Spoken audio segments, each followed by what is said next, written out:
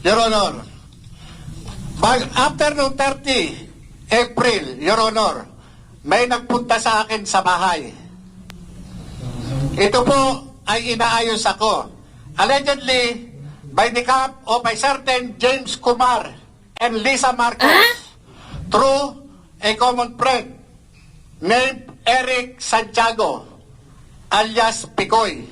Ang pagkakaalam ko po dito, taga-Napolcom po ito. At ang kapatid po nito, isang PIDEA Drug Enforcement Officer. Nakuha po sa bahay ng CCTV yung kanyang, kasi naka-video call po eh.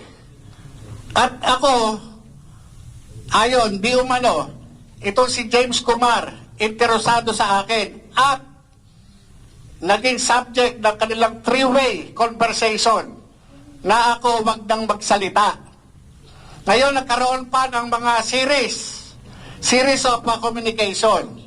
Kahit ano ang hilingin ko, wag na akong tumuloy dito sa hearing na ito ngayong May 7. Kung hindi ka tumuloy, papahuli rin kita.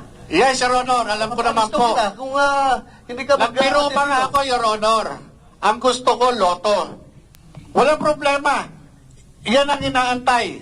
Yan ang inaantay ni Lam. Your Honor, kuha po yan. Yung conversation na yan. Sandali, bagong revelation yan. Yes, Sir Honor. Nung atreta na after ng hearing natin dito sa Senado, May 1, may nagpunta po sa akin. At yun nga, yung tumawag yung Eric Santiago, video call. Kaya nga, sabi ko, teka muna, hindi ako nagano doon sa video call. Yung nga sinasabi, yung certain Kumar, James Kumar, allegedly, yung Bombay, sabi nga Bombay. Sabi ko, ano kinalaman ng Bombay? Ba't ako kakausapin ng Bombay? Hindi ko po kilala itong James Kumar na to. Kilala ko yan. Ako po. Kilala ko. Opo. Kumusay, are you sure of your statements, ha? Yes, Sir Honor, kahit po patawag natin, yung Eric Santiago na ang pagkakaalam ko, taga-Napolcom. Kumusay, you invite James Kumar and yung isa? Eric Santiago? Opo. Tsaka yung isa pa raw kausap, allegedly, ito po, allegedly si Lisa Marcos, ito po yung Lam. Sandali, puro ka allegedly. Sino ang nakausap? Kasi po, yung Eric Santiago po ang nagsasabi. Sinabihan ka?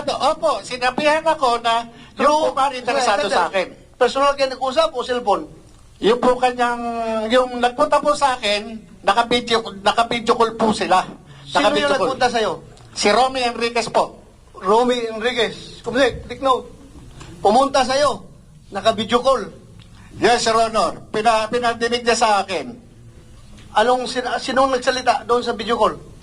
Yung po si Eric Santiago. Anong sabi ni Eric Santiago? Ayun, interesado raw sa akin si James Kumar. Ang gusto pa nga, Your Honor, kausapin ako kung saan ko gusto sa labas. Ang sabi ko naman, hindi, dito na lang sa bahay, dito ako kakausapin. Ngayon, bumalik sa kanya ng usap, itong si Picoyo, si Eric Santiago, at sinabi, teka muna, baka raw purtad ng CCTV yung bahay doon. Mahirap. So, na-cover ng CCTV mo yung pagpasok ni yung nagdala ng cellphone, nakakausapin ka? Yes, Sir Honor. Nandun. Andun sa Nandun kami sa dining Sa dining po namin, meron po CCTV doon. Kaya capture po.